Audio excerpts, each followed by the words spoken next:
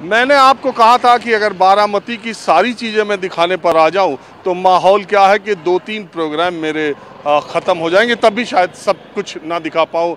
यहाँ पर industrial development जो इंडस्ट्रियल एरिया है, अब ये देखिए बारामती का नगर परिषद है, नगर पालिका है, ये कस्बा है, इसको बारामती का नगर पालिका बना दिया। देश में ऐसी नगर पालिका की बिल्डिंग आपने शायद ही देखी हो। और ये उद्योग भवन है, यहाँ पर उद्योग के लिए और सारी व्यवस्था है। और यहाँ पर कुछ लोग बारामती के बैठे हुए हैं। जगह जगह सीमेंटेड चेयर का प्रचलन गुजरात और महाराष्ट्र में ग्रामीण इलाकों में और कस्बों में रहता है, बाजार में। मैं भी इधर ही बैठ जाता हूँ। आपका नाम क्या है? दत्तात्रेय गावड़े पाटिल। आपका क्या नाम है? बाळू शिंदे। आपका? गोकुल रेडे। गोकुल रेडे। ठीक है। एक बात बताइए पाटिल साहब, मैं इधर आया हूँ बारामती देखने और दिखाने, वैसे तो एक बार पहले भी आया हूँ, लोगों को कि बारामती में पवार फैमिली ने कितना काम किया, कितना डेवलपमेंट किया। बारामती में पवार फैमिली ने नहीं काम किया है। बारामती में अजित पवार नाम का हमारा एमएलए है स्टैंडिंग, और महाराष्ट्र के अभी वो डेप्यूटी सीएम हैं, उसने काम किया है। शरद पवार साहब ने कुछ नहीं किया है। कुछ नहीं किया, सिर्फ अजित दादा नाम के हमारे स्टैंडिंग एमएलए है, उसने काम किया है। ये बिल्डिंग दिखती है नगर पालिका, वो भी उसने ही बनाई है। पंचायत समिति उसने ही बनाई है। एसटी स्टैंड का काम भी उसने ही बनाया है। न्याय मंदिर विजय कोर्ट अजित दादा ने ही बनाया है। और अजीत दादा को किसने बनाया?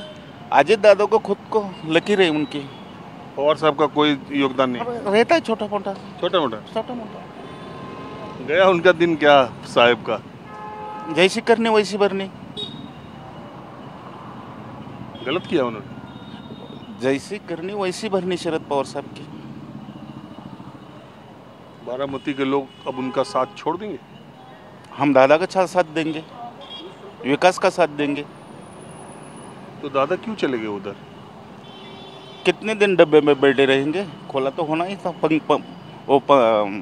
क्या बोलते हैं, पंछी है, उड़ जाएंगे ना। लोग कह रहे थे डर गए।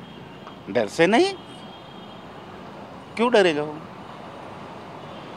क्यों डरेगा? आपको लग रहा है कि उनको मुख्यमंत्री का मौका मिलेगा?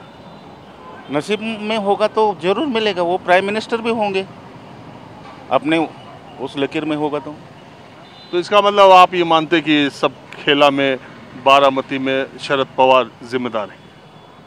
हाँ। और उनकी बेटी जो यहाँ से लोकसभा 3 बार जीती, अभी नहीं चुनने वाली, अब गिरेंगे ये टाइम नहीं। तो इसका मतलब कि महाराष्ट्र में ये लोग बीजेपी के साथ जाएंगे, बीजेपी फिर पहले से मजबूत हो जाएगी। 230 तक जाएगी बीजेपी। और वो ग्रुप, और शिवसेना शिंदे ग्रुप, अजित दादा राष्ट्रवादी अजित दादा ग्रुप। अरे विधानसभा का 24 की बात पूछ रहा हूँ, लोकसभा का 45 होगा ही होगा बीजेपी को। आप क्या मानते हो? ये सही बोल रहे हैं? सही बोल रहे।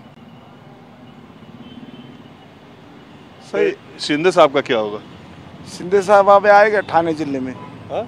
ठाणे जिले में आएगा। और सरकार में रहेगा शिंदे साहब या चला जाएगा? नहीं, अभी नहीं रहेगा। हाँ? नहीं रहेगा। निकल जाएगा? निकल जाएगा। क्यों? क्या अभी गद्दारी किया तो वो होता है ना। गद्दारी किया ना। कौन? उद्धव ठाकरे के साथ शिंदे साहब ने। ठीक नहीं किया? नहीं किया, कुछ ठीक नहीं, अच्छा नहीं किया। और अजीत दादा ने? अजीत दादा अच्छा आदमी, उन्होंने गलत नहीं किया? नहीं किया गलत, सही किया उसने। और आप बताओ? आप नहीं बोल सकते, हमको बात नहीं, आप नहीं कुछ बोल सकते। अब हमको सब हमारा यही है, आप नहीं बोल सकते। आप बोलोगे? अब इधर अजित दादा ही चलते सभी तरफ। अजित दादा ही चलते इधर, ऐसा ही लोग मानते हैं। साहब का टाइम खत्म? साहब का टाइम खत्म नहीं है, लेकिन वो क्या उसमें और उनमें क्या चल रहा है वो लोगों को मालूम नहीं रहता है। ऐसा रहता है, इसके वास्ते से इसके बारे में कुछ नहीं बोल सकता है। अच्छा, आप तो नए उम्र के हो, आप बताओ बारामती किसके साथ है, दादा के साथ या साहब के साथ? बीजेपी के साथ है बारामती तो से। दोनों को छोड़ दिया। दोनों भी छोड़ दिया। विकास के माध्यम से देखो तो बीजेपी का बहुत बड़ा प्रोजेक्ट है और वो अच्छे तरह से काम कर रहे हैं 2014 से बड़ी। यहाँ तो काम किया बारामती में। हाँ, उसके लिए अजीत दादा के साथ हैं हम सब, बारामती के सब लोग अजीत दादा के साथ है। देखिए अलग अलग मूड है, अलग अलग लोग हैं। मैं थोड़ा कुछ सड़क पर चलते लो। नमस्कार। बोला ना।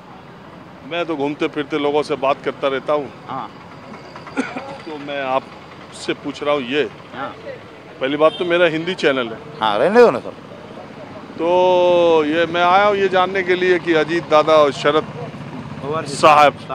साहब जिनको आप लोग बोलते हो, तो बारामती के लोग किसके साथ हैं? इधर कैसा है, साहब तो दैवत है। हाँ? साहब तो दैवत है, देवता है। हाँ, लेकिन यहाँ का जो विकास है ना, तो मेरे हिसाब से इधर से 80% लोग 80% दादा के साथ है। ये जो नौजवान है, दादा को कुछ प्रॉब्लम नहीं आना चाहिए इधर से। तो बारामती तब सुप्रिया सुले का क्या होगा?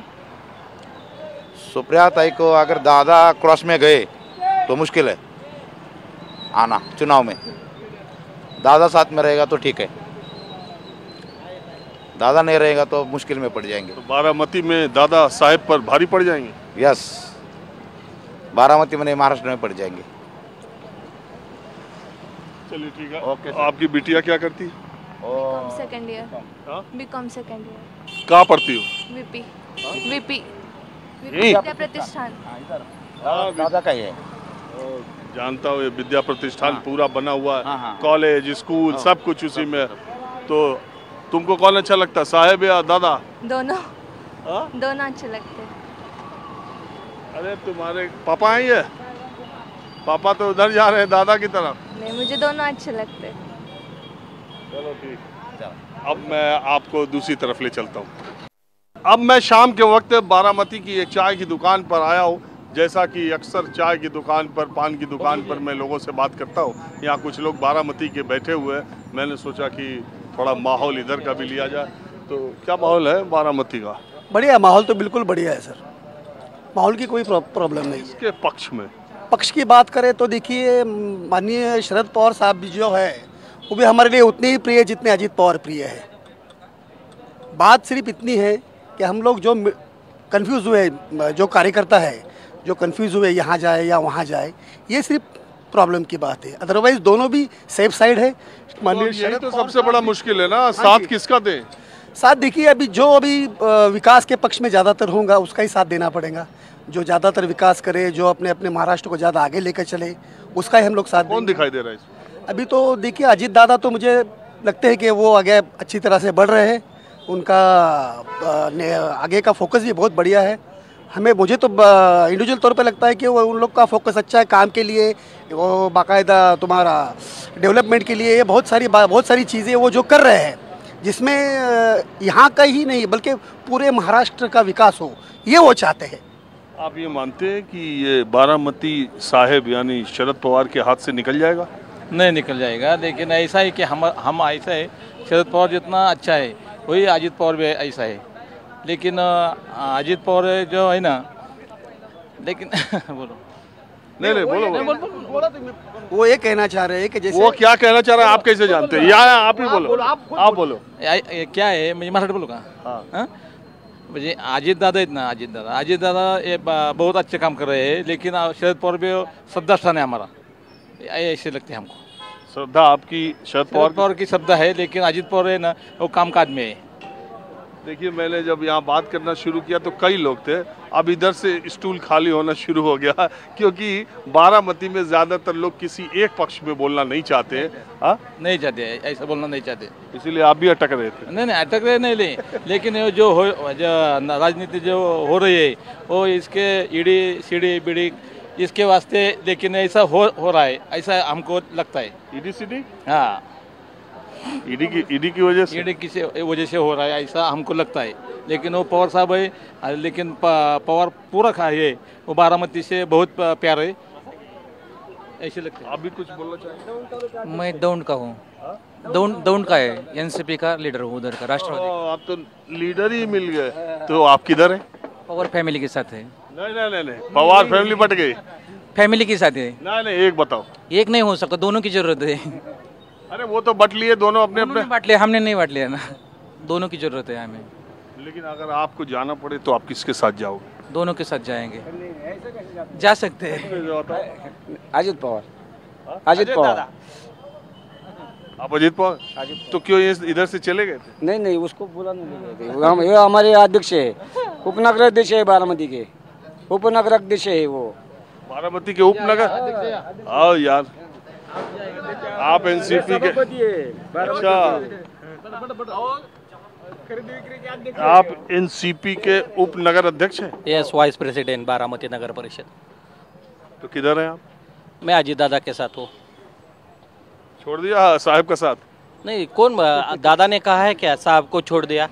दादा ने कहा ना, बोल दिया। वो तो लेटर लिख दिया चुनाव आयोग में, हम राष्ट्रीय अध्यक्ष वो खत्म। आप मीडिया गलत बात कर रहे हैं, आप गलत कर रहे हैं। चाचा भतीजा अपने में लड़े, वो जाके शपथ ग्रहण करे। नहीं, पर फिर हमने बता दिया ना, दादा के साथ है हम। ये तो बात है, कौन किसके साथ है हम ये जानना चाहते हैं। बारामती में कौन भारी? वो मत बताइए, दादा बोले ना हम, दादा। तो ये तो क्लियर हो गया, आपको क्या टेंशन है? नहीं, टेंशन की बात नहीं, लेकिन दोनों की जरूरत है, दोनों के डेवलपमेंट के लिए। आप लोगों ने बात की, इसका बहुत शुक्रिया। अब मैं आपको दूसरी जगह ले चलता हूँ। तो अब मैं कार्यक्रम के अंत में बारामती का बीडीओ ऑफिस आपको दिखा देता हूँ। ब्लॉक डेवलपमेंट ऑफिसर यहाँ पर बैठता है, खंड विकास अधिकारी जिसे हम कहते हैं। और ये पंचायत समिति बारामती का ये दफ्तर आप देखिए। आपको देश में किसी बीडीओ का कार्यालय ऐसा अगर आपने देखा हो तो बताइए। बारामती में ऐसा ही विकास हुआ है हर तरफ।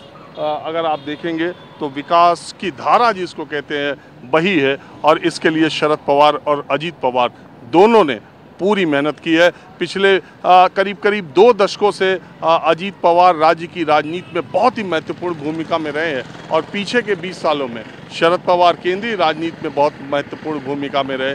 दोनों ने मिलकर बारामती को बहुत आगे पहुंचाया है, और इसीलिए बारामती के लोगों के बीच में ये फैसला करना या उन्हें किसी एक पवार के साथ जाना, अभी भी उन्हें ये लग रहा है कि ये शायद पवार फैमिली की आपस की पॉलिटिक्स होगी।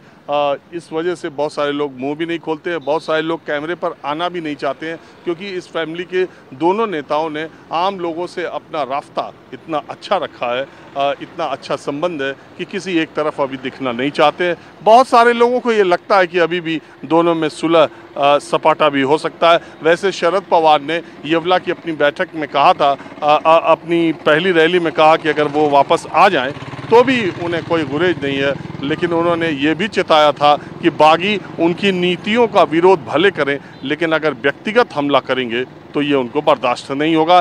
बहरहाल अगले 2-3-4 दिनों में महाराष्ट्र की राजनीति में और उठापटक होने वाली है। आप इंतज़ार कीजिए, हम भी महाराष्ट्र के अलग अलग इलाकों से माहौल क्या है लेकर हाजिर होते रहेंगे। कैमरामैन अखिलेश सिंह के साथ राजीव रंजन, न्यूज़ 24 बारामती, पुणे।